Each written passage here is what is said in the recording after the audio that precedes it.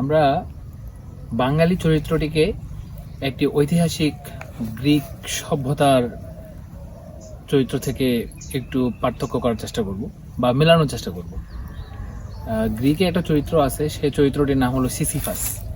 এই সিসিফাস যে চরিত্রটি আছে, এই চরিত্রটি মূলত একটা অভিশপ্ত চরিত্র আর কি।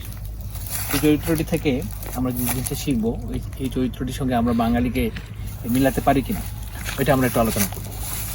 সিসিফাস যে চরিত্রটি আছে, সেই চরিত্রটি মূলত একটা অভিশপ্ত চরিত্র, যেটা আমরা এর আগে উল্লেখ করার চেষ্টা করলাম। সিসিফাস হলো, তাকে শাস্তি দেয় স্রষ্টা যে সে একটা বিশাল বড় পাহাড়ে উঠবে, একটা বিশাল বড় পাথর নিয়ে। এই পাথরটা কাঁধে করে নিয়ে নিয়ে নিয়ে নিয়ে নিয়ে সে যখন চূড়ান্ত পর্যায়ে পাথরে উঠবে, ধরেন যে এই যে এটা পাহাড়, এই গাছ থেকে এখান থেকে শুরু করে এখানে এরকম একটা পাহাড়ে এসে উঠবে, একদম চূড়ান্ত পর্যায়ে যদি সে পাথরটা নিয়ে উঠে যেতে পারে, তাহলে দেখা যাবে যে তার শাস্তি মকুব হয়ে যাবে।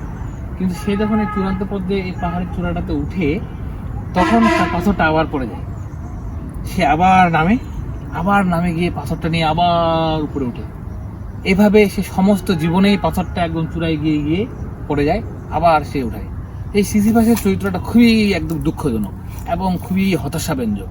সে সমস্ত জীবন সংগ্রাম আন্দোলন করলো এবং পাথরটাকে নিয়ে নিয়ে সে চূড়ান্ত পর্যায়ে নিয়ে যাওয়ার আগ পর্যন্ত 1 সেকেন্ড বাকি শুধু তার গন্তব্যে পৌঁছানো, ঠিক সে সময়টিতে গিয়ে কি করে ফেলে, পাথরটা পড়ে যায়।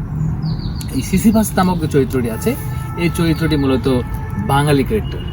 বাঙালি 1971 করলো, 1952 করলো, 1969 করলো, হ্যাঁ, ইভেন 2024-এর দিকে অনেকেই যারা পবিত্র মনোবাসনা নিয়ে যারা এগিয়ে গিয়েছিল তারাও করলো। কিন্তু বেলা শেষে ফসলগুলি তুলেছে অন্যকে। বাঙালি ঠিক এখানে সিসিফাস নামক একটি ক্যারেক্টারাইজ করে থাকে আর কি। তো সিসিফাসকে বাঙালির সঙ্গে মেলানোর চেষ্টা করলাম আমরা। আশা করছি আপনারা আপনাদের জ্ঞানের মাত্রায় নতুন কিছু যোগ করতে সক্ষম হলেন। সকলকে ধন্যবাদ।